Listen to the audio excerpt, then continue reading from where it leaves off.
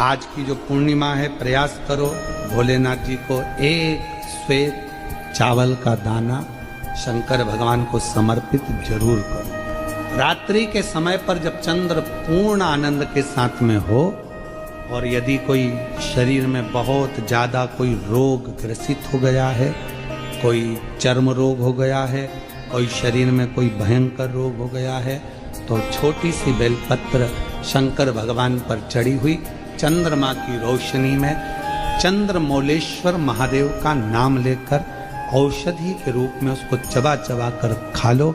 चंद्रमा की रोशनी में उससे वो औषधि का काम करेगी और तुम्हारे रोगों को समाप्त करेगी। क्यों करा जाता है पूर्णिमा का व्रत? पूर्णिमा का व्रत करने का कारण क्या है बताइए? आप इतने सालों से कर रही हो, कई माताएं कर रही होंगी पूर्णिमा का व्रत। एक समय फलाहार करती हैं, एक समय भोजन करती हैं।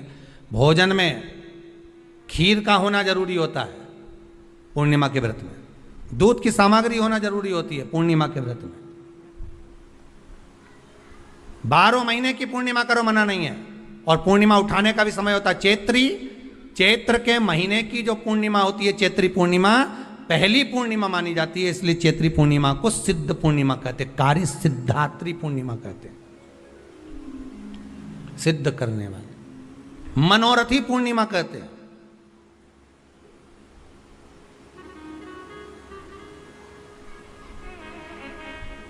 मनोरथी पूर्णिमा।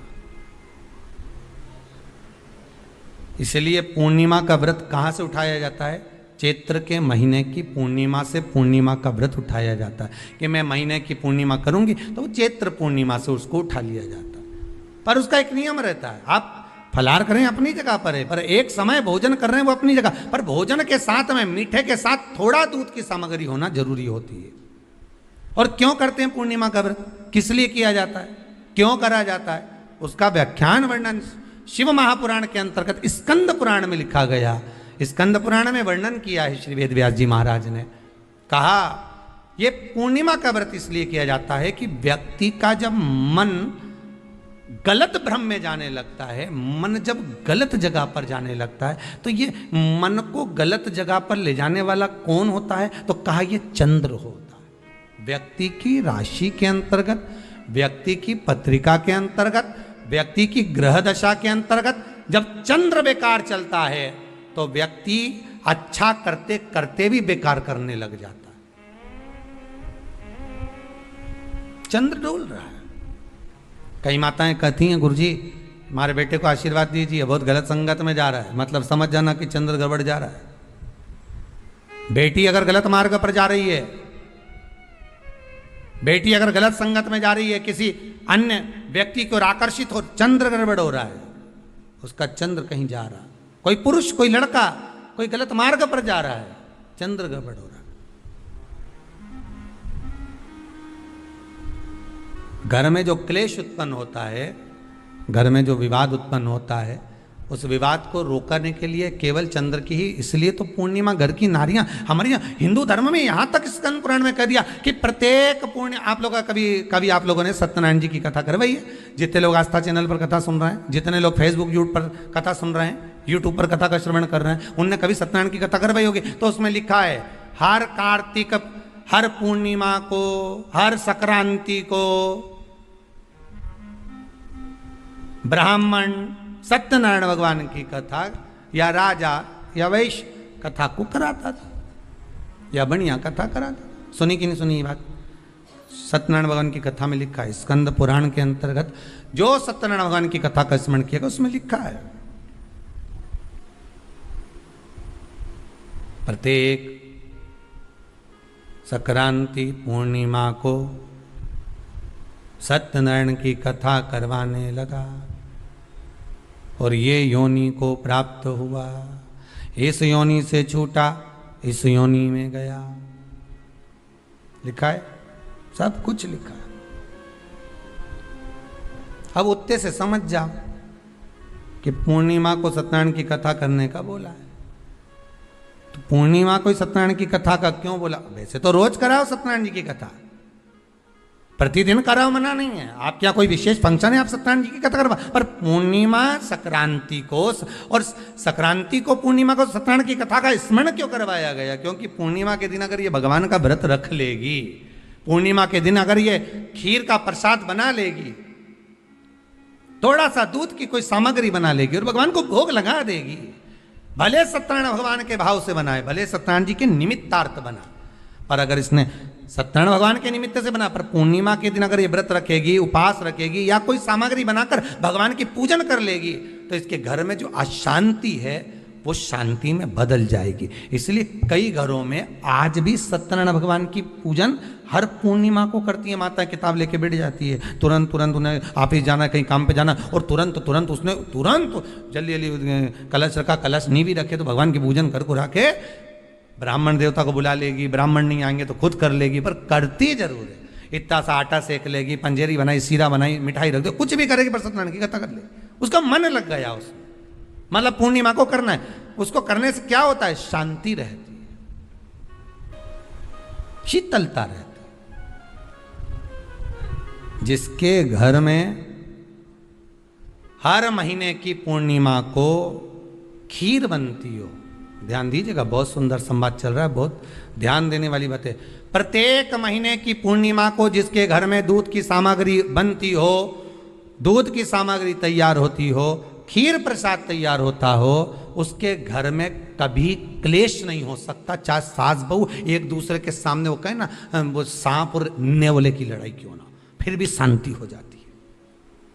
पर प्रत्येक महीने की पूर्णिमा होना चाहिए। ये नहीं कि तुमने एक महीने की पूर्णिमा पे बना लिया और दूसरे महीने की पूर्णिमा को गायब कर दिया। फिर किसी ने कह दिया आज चूरमा तो बन रहा है, दाल बाटी तो बन रही है चूरमे के साथ में, लड्डू बन रहे हैं, तो काय को खीर बना रही हो? तो तुमने अब वो खीर प्रसाद। जैसे प्रदोष व्रत का जो उद्यापन होता है, प्रदोष के व्रत का जो उद्यापन होता है, उसमें सबसे मूल क्या है प्रदोष व्रत के उद्यापन में? कि दो चीजें मूल है प्रदोष व्रत के उद्यापन में, कि आप प्रदोष का व्रत करो तो या तो 11 करो प्रदोष तब उद्यापन करो, या 26 प्रदोष करो तब उद्यापन करो, या उससे ज्यादा कर लिए तब उद्यापन, तुम्हारा मन हो जब उद्यापन करो। पर उद्यापन की मूलता में दो चीजें, कि प्रदोष के दिन के एक दिन पहले गणेश जी की पूजन हो जाना चाहिए। उद्यापन की जो पूजन होती है वो पहले गणेश जी की पूजन एक दिन पहले हो प्रदोष के, और प्रदोष वाले दिन फिर हवन यज्ञ पूजन करा। और हवन में क्या चीज जरूरी है? खीर बनाकर 108 बार शंकर जी की नाम की पार्वती के साथ की आहुति देना जरूरी है। खीर की महत्वता है।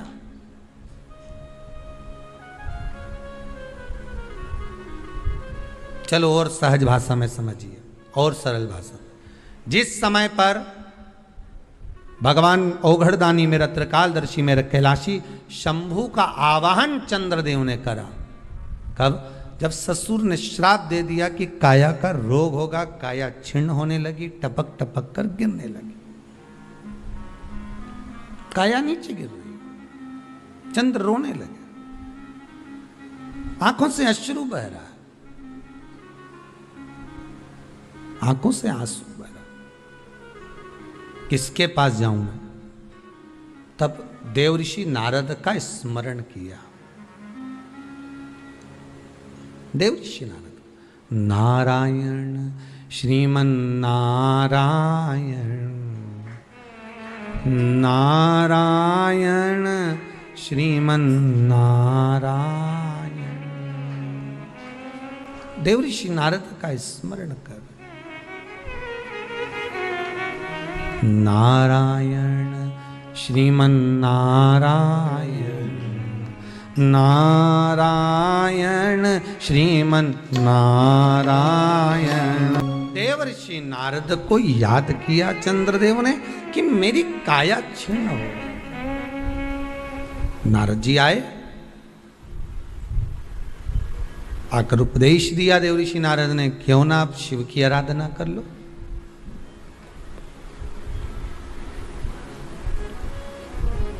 पूर्णिमा का जो व्रत है भगवान विष्णु का भी है तो शिव का भी है, दोनों स्वीकृत है।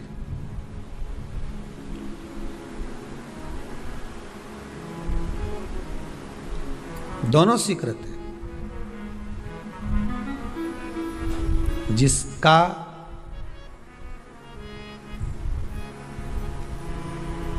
चंद्र आपकी पत्रिका में, आपकी राशि में, आपके स्वरूप में, हर व्यक्ति के संपूर्ण शरीर के अंदर 33 कोटि देवता विराजमान है। अलग अलग इंद्रियों पर अलग अलग देवताओं का निवास है।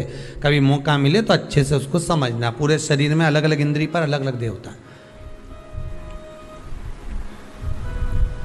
जिस व्यक्ति को रात्रि में, जैसे ही रात हो या दिन हो, भोजन करने के 15 मिनट के बाद ही नींद की झपकी आ जाए, समझ लेना चंद्र कमजोर पड़ गया, चंद्र गड़बड़ हो गया। बहुत ध्यान सुनिएगा जरा। पूर्णिमा का व्रत किसके लिए, वो भी ध्यान से दीजिए। शायद आपने कभी सुना ना सुना, पर अच्छे से सुन लोगे ना, ये व्रत कथा बार बार नहीं मिलने वाली। फिर इसके बाद तो तुम भले वो फिर फेसबुक यूट्यूब पर बाद में निकाल के भले सुनते रहना, पर सुन लो पूर्णिमा के व्रत का महत्व पूरा। एक, भोजन के बाद जब नशे जैसा माहौल हो जाए, आपको बिल्कुल कोई छेड़े ही नहीं, सोई नींद आए, जब लग जाए कि अब तो 2 क्षण सोना ही पड़ेगा, नेत्र कितना ही जगाओ तो भी नहीं माने, फिर तो बिन पिए नशा हो जाता है, जो बोले भोले गाता। तो ये जब ये चंद्र अपना प्रभाव दिखाता है तो भोजन के बाद आपको डुबा देता है। ठीक है,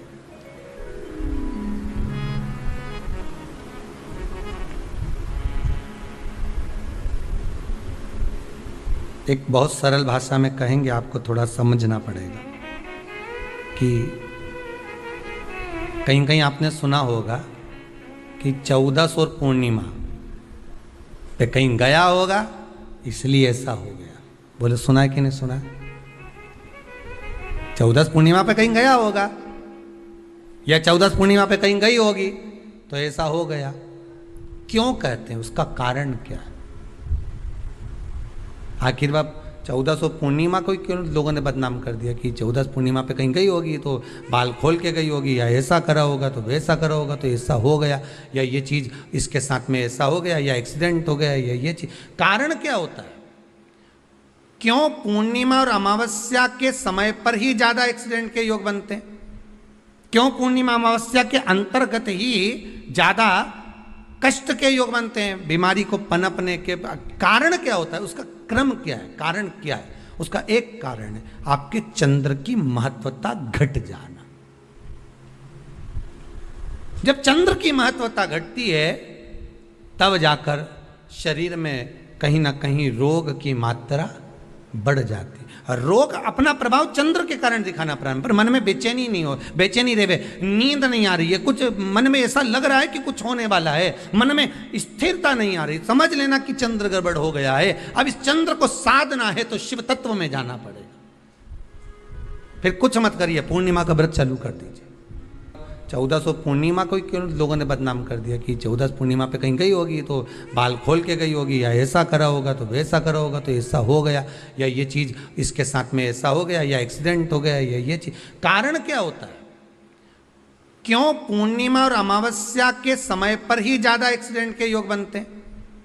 क्यों पूर्णिमा अमावस्या के अंतर्गत ही ज़्यादा कष्ट के योग बनते हैं, बीमारी को पनपने के? कारण क्या होता है? उसका क्रम क्या है? कारण क्या है? उसका एक कारण है आपके चंद्र की महत्वता घट जाना। जब चंद्र की महत्वता घटती है तब जाकर शरीर में कहीं ना कहीं रोग की मात्रा बढ़ जाती। रोग अपना प्रभाव चंद्र के कारण दिखाना प्रारंभ, पर मन में बेचैनी नहीं हो, बेचैनी रहे, नींद नहीं आ रही है, कुछ मन में ऐसा लग रहा है कि कुछ होने वाला है, मन में स्थिरता नहीं आ रही, समझ लेना कि चंद्र गड़बड़ हो गया है। अब इस चंद्र को साधना है तो शिव तत्व में जाना पड़ेगा। फिर कुछ मत करिए, पूर्णिमा का व्रत चालू कर दीजिए। क्या करना है? केवल पूर्णिमा का व्रत चालू कर दो। और कितना प्रभाव है पूर्णिमा के व्रत का? घर में 50 लोगों का परिवार है, 15 लोगों का परिवार है, 20 लोगों का परिवार है, और परिवार में से अगर एक पुरुष या एक स्त्री कोई भी पूर्णिमा का व्रत करता है तो पूरे परिवार के लोगों का चंद्र सवर जाता है, पूरे परिवार के लोगों का चंद्र सुधर जाता है। पूर्णिमा के व्रत का इतना प्रभाव शास्त्र कर रहा है, स्कंद पुराण कर रही है बात।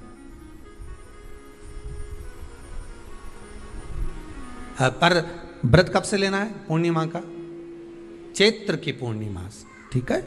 नहीं तो तुमने सोचा इतना महत्व सुना है पूर्णिमा के व्रत का तो मैं तो आज से ही नहीं खाऊं कछू, आज से ले लो। तो ये हर कोई सब तुम्हारा मर्जी पड़े, तुम तो आधी रात को उठ के भोजन करने लगो तो ये कहीं वर्णन नहीं है। तुम तो आधी रात के नहा लो तो ये कोई महत्व? तो हर चीज़ का एक समय होता है कि इतनी बजे उठना, इतनी बजे मंजन करना, ऐसा करना, भोजन करना, ये समय पर फलाहार करना, ये समय पर ये, तो ये सब चीज़ का एक समय होता है, हर चीज़ का एक समय।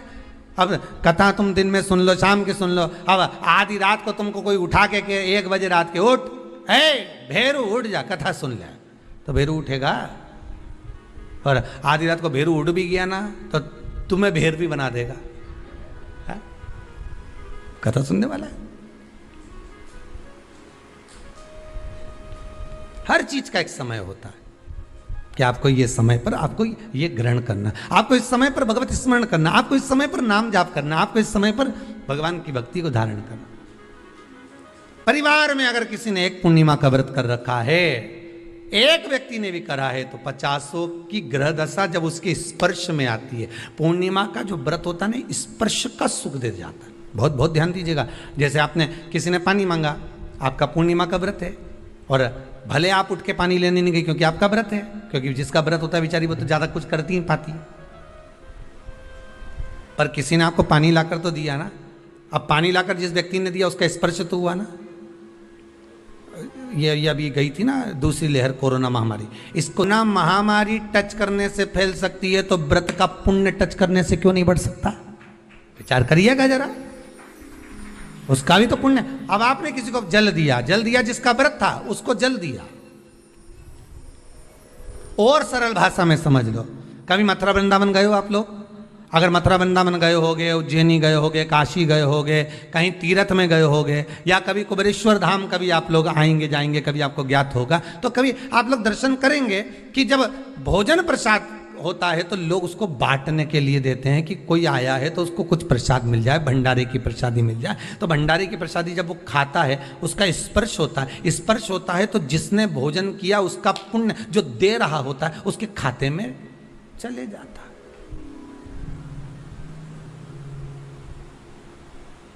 उसके खाते में गया वो।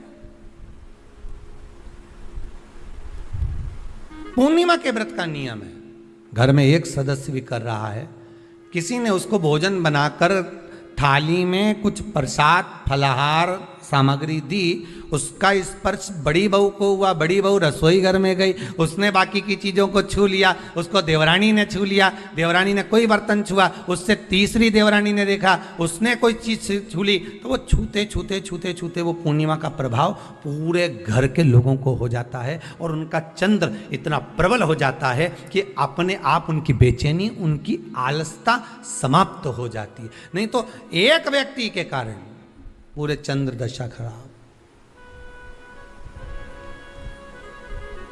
एक दुखी तो सब दुखी, एक सुखी तो सब सुखी। वो देख ले कि हाँ इसको सुख मिल गया है, अब ठीक है।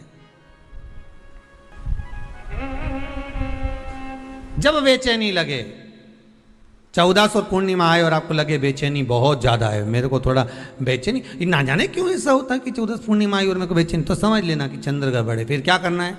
एक व्रत घर का कोई भी सदस्य पूर्णिमा का प्रारंभ कर दे। ज्यादा नहीं करो तो थोड़ी करो, पर करो, व्रत करो।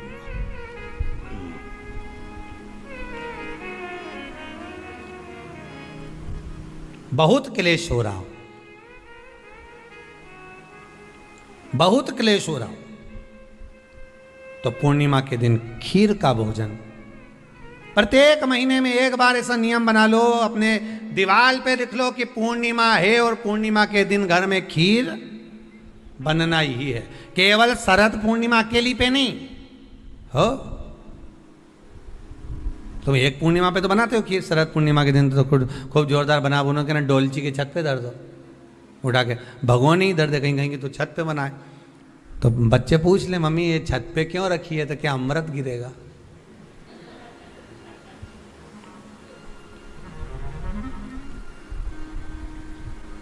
अब बोलो जम के जरा, क्या गिरेगा? अमृत गिरेगा। अच्छा, अब शिव महापुराण की कथा स्कंद पुराण तो कहती है, पूर्णिमा के महत्व को जो दर्शाया जाता है कि शरद पूर्णिमा के दिन चंद्र में से अमृत तत्व गिरता है, गिरता है। पर कब गिरता है? अरे जम के तो बोलो, जब उस खीर का ढक्कन हटा हुआ, केवल खीर का नहीं अपना भी ढक्कन हटा हो, तभी तो अमृत गिरेगा।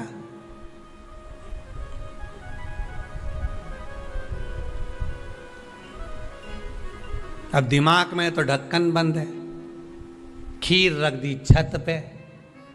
भगवान मन में सोच रहे कि देवताओं को अमृत कब मिला था? जब उन्होंने मेरा नाम पुकारा था।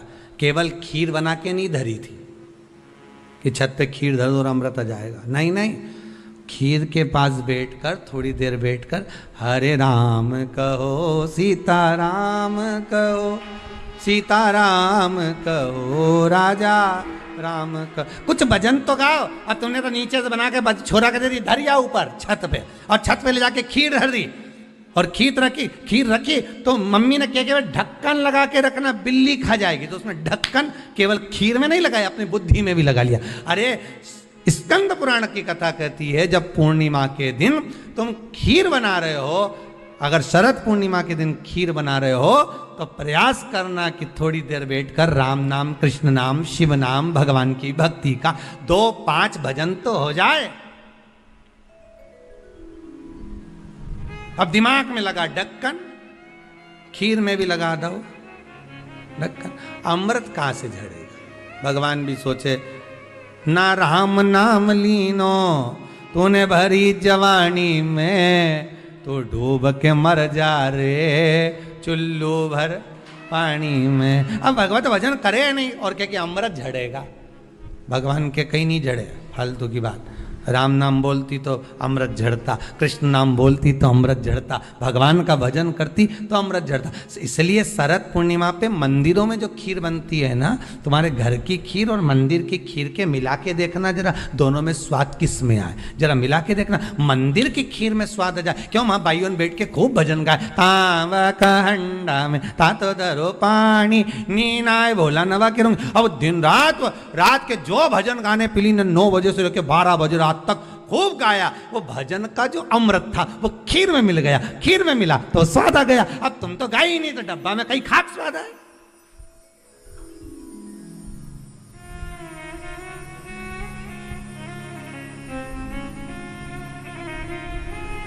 अब रात्रि को छोरा से क्या, जा खीर उठाना नीचे, जो खीर लेके आया ने खा के देखी तो ये खीर तो फटी गई।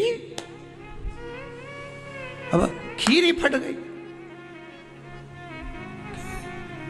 छोरा से 2 धर के दिया, कर तो ढाक के नहीं आया था, नहीं ढाक के आया। तो इसमें तो मैंने वो चिरौंजी डाली थी, दाग चिरौंजी, पर ये बिजली का कीड़ा होने कहां से, और डाली थी दाग चिरौंजी, आ गए हम। उस समय पे बिजली का कीड़ा बहुत चले, शरद पूर्णिमा के टाइम पे काला वाला, और एक ही आ जाए नहीं तो पूरा इलायची का स्वाद दे जाए। अब डाली थी दाग चिरौंजी, आ गया वह कीड़ा बिजली का। राम अब छोरा को कूट रही, अब उसको कूटने से क्या हो? ये तो उसी में का हाल नहीं हो गया। एक बच्चा घर आ गया दौड़ के, माता जी ने पूछा क्यों तू वापिस घर क्यों आ गया? स्कूल नहीं जा सकता था? स्कूल में बैठने का कहा था ना तेरे को, क्लास में बैठने का कहा था तेरे को, तो घर में क्या कर रहा है कि नहीं जाना मेरे को स्कूल? तो क्यों नहीं जाना?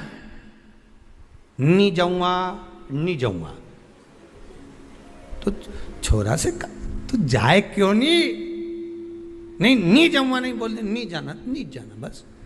अरे तो हुआ क्या ये तो बता कि मारसा बेनी हमारा टीचर, हमारा गुरुजी, माँ साहब, उनने बोर्ड पे लिखा महाभारत और हमसे पूछे किसने लिखी, तो हमने कह दिया तुम नहीं लिखी। तो उनने हमको खूब मारा, तो अब स्कूल नहीं जाऊंगा। जब मार साहब खुद लिख रिया है, इतना बच्चा के सामने लिखा, बोर्ड पे लिखा महाभारत, और हमसे पूछा किसने लिखी महाभारत, तो हमने कह दिया तुम नहीं लिखी।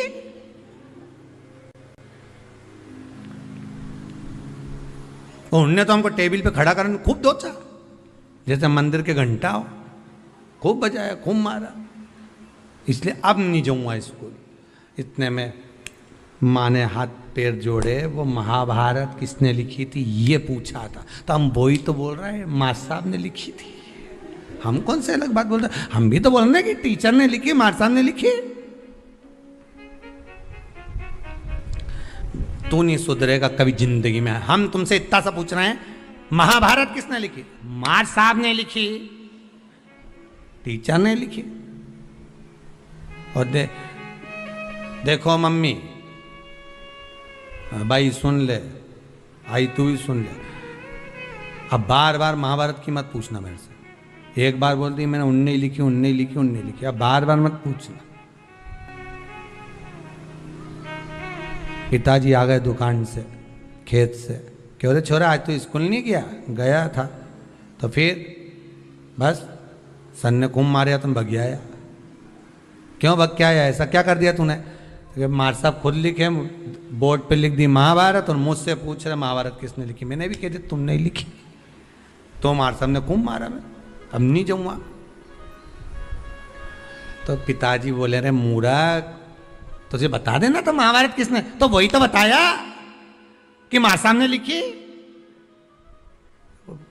पिताजी भी क्या बोलेगा।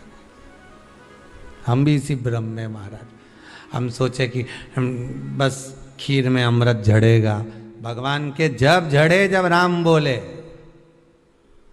अमृत जब झड़े जब कृष्ण बोले, अमृत जब झड़े जब भगवान का भजन होवे। केवल खीर बना के डब्बा को छत पे रखने से अमृत नहीं झड़ता। भगवान के भजन के साथ अमृत तत्व की जो प्राप्ति होती है तो वो आनंद ही दूसरा हो। किसी ने भजन में गाया है, आपने सुना होगा, अमृत है हरि नाम प्रभु का, अमृत है हरि नाम प्रभु का, इसे छोड़ विष पीना क्या, हरि नाम नहीं तो जीना क्या, प्रभु नाम नहीं तो जीना क्या। ये अमृत तत्व भगवान की भक्ति का होना चाहिए। ये अमृत तत्व परमात्मा की भाव का, निर्मलता के भाव का होना चाहिए। तो स्वाद। मेरा निवेदन है, अगर तुम्हारे घर में अशांति ज्यादा होती है, क्लेश बड़ा ज्यादा होता है, आप पूर्णिमा का व्रत करें ना करें, पर पूर्णिमा को खीर प्रसाद घर में अवश्य बना।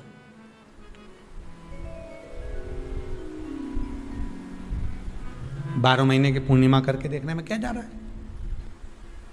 देख लो बना के। नहीं तो ना तो सियोर वाला महाराज तुम्हारे यहाँ खाने आ रहा है, नहीं तो खीर तो अपने घर में ही है। कोई महाराज तो नहीं आएगा खाने के लिए कि सियोर वाला महाराज को तुम खीर का डब्बा पहुंचा दो कि हर महीने की पूर्णिमा को तुम्हें ही खाना है, तुम्हें ही बनाना है। इतनी सी बना लो, पर बनाओ, देखो कि घर में शांति होती कि नहीं होती। बनाकर जाने में क्या जा रहा है? नहीं तो खीर तो है ही सरी, अगर शांति नहीं हुई तो खीर तो है, खा ही लेंगे। पर बना के देखने में कुछ जा रहा है क्या? बनाओ।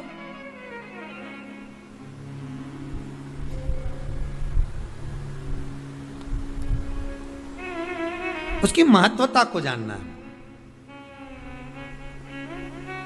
ये जो हवन में, यज्ञ में खीर की जो आहुतियां छूटती हैं, ये इसका महत्व बहुत है महाराज।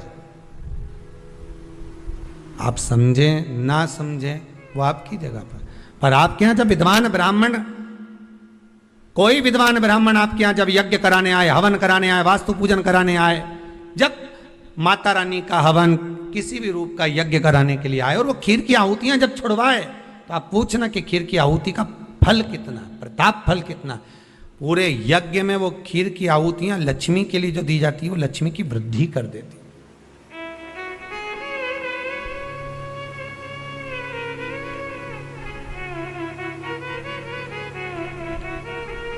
उसका महत्व कितना बढ़ जाता है,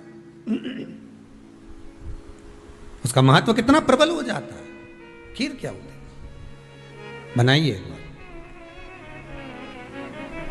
पूर्णिमा के व्रत का महत्व चंद्र से, और जिसके यहाँ क्लेश हो, कोई व्यक्ति मीठा बोलकर आपसे स्नेहवश प्रेम बढ़ाकर, स्नेह बढ़ाकर, आपसे प्रेम वात्सल्यता करुणा स्नेह बढ़ाकर जब आपसे कुछ धन लेकर चले गया हो और अब आप उससे मांग रहे हो, आप उससे लेना चाहते हो और फोन कर रहे हो, मिलने जा रहे हो कि मेरा पैसा दे दे भैया, और वो प्रेम खत्म कर चुका है, स्नेह खत्म कर चुका है, धन नहीं दे रहा, वहां पर भी ये पूर्णिमा का व्रत काम करता।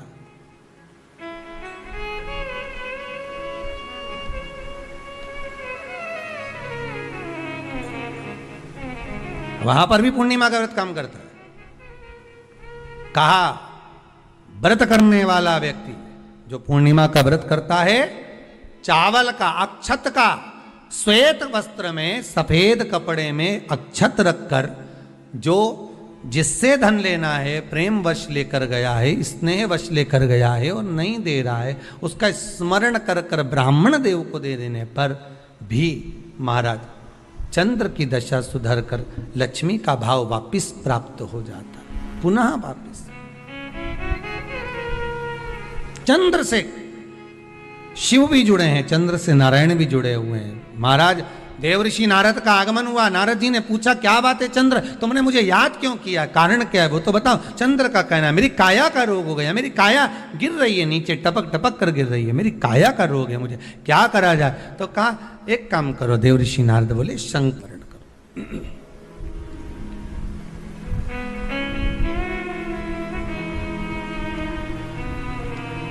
शिव का स्मरण कर लीजिए। चंद्रदेव ने पूछा शंकर का स्मरण मैं करूं, प्राप्त करूं, क्या भगवान शिव मेरे संकट को हरने के लिए आएंगे? क्यों नहीं। चंद्र के मन में थोड़ा संशय है, क्या शिव आएंगे मेरा संशय हरने के लिए? हाँ, क्यों नहीं आएंगे। तो देवऋषि नारद के सामने एक संशय और पैदा कर दिया चंद्रदेव ने। बात ऐसी है कि मैं, दक्ष प्रजापति मेरे ससुर हैं जी, और बोलिए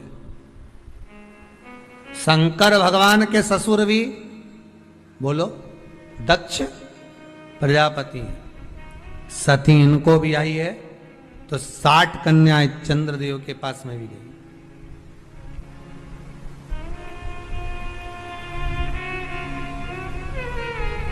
उसमें रोहिणी से अधिक प्रेम है उनको, अधिक। ये मेरे साधु भाई हैं, ये मेरे रिश्तेदार हैं। क्या एक रिश्तेदार दूसरे रिश्तेदार का रोग मिटा सकता है कि रोग बढ़ा सकता है? चंद्र के मन का संशय देखिए। फिर वही वाली बात आ गई, व्यक्ति शरीर से गलती नहीं करता, मन से बहुत गलतियां कर जाता है। आप किसी व्यक्ति से कभी मत झगड़ो, लड़ाई मत करो किसी व्यक्ति से, किसी व्यक्ति से लड़ाई मत करो आप, और अंदर से लड़ाई करो, मन की मन सोचते रहो उसका ऐसा हो जाए। एक कथा आती है ना, एक चंदन का व्यापारी चंदन बेचने के लिए आया, राजा के महल में आ गया।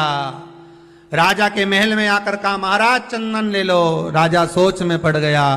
थोड़ी देर तक सोच में पड़ने के बाद राजा ने अपने मंत्रियों से कहा ले जाओ इसको जेल में डाल दो जो चंदन बेचने आया है। मुनि मंत्री की चित्तवृत्ति में पड़ा, ये राजा कभी किसी को जेल में नहीं डालता, पहली बार चंदन बेचने वाला आया और इसको जेल में डाल रहा। आखिर ये चंदन बेचने वाले ने गलती क्या करी है? राजा ने दूतों को बुलाया, लिया इसको पकड़ के जेल में डालो। उसको जेल में ले जाकर पटक दिया।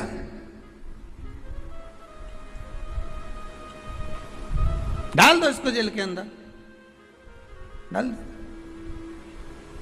मंत्री ने अपने राजा को समझाया, स्वामी, सरकार, दयालु, दातार, ये इसने कुछ करा नहीं है, इसको छोड़ दो। मंत्री का कहना माना, उसको छोड़ दिया। नगर से बाहर रहेगा ये, बाहर निकालो इसको, बाहर निकाल दो, नगर के बाहर जाकर रहेगा ये। बात मंत्री की मन में बात अड़ गई कि आखिर राजा का इसने बिगाड़ा क्या था जो राजा ने इसको बाहर निकाल दिया, इसको जेल में डाल दिया। आखिर हुआ क्या था ऐसा? सहन नहीं हुआ,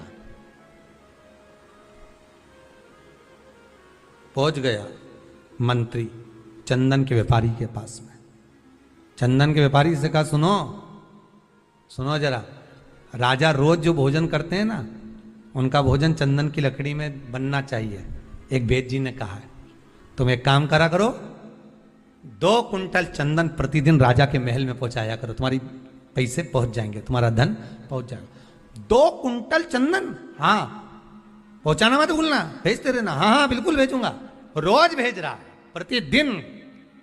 एक दिन राजा ने कहा, जाओ चंदन के व्यापारी को लेकर आओ, उसका हमें सम्मान करना। राजा ने अपने हीरे की माला निकालकर चंदन व्यापारी के गले में डाल दी। मंत्री की फिर बुद्धि फिर गई, समझ में नहीं आया ये हो क्या रहा। एक बार जेल में डाल दिया, दूसरी बार माला डाल दी। आखिर हुआ क्या? चंदन व्यापारी के पास में मंत्री ने जाकर पूछा कि पहली बार जब तू आया था तो राजा ने तुझे जेल में डाल दिया था, तो क्या सोचकर आया था, बता दे, सत्य बताना।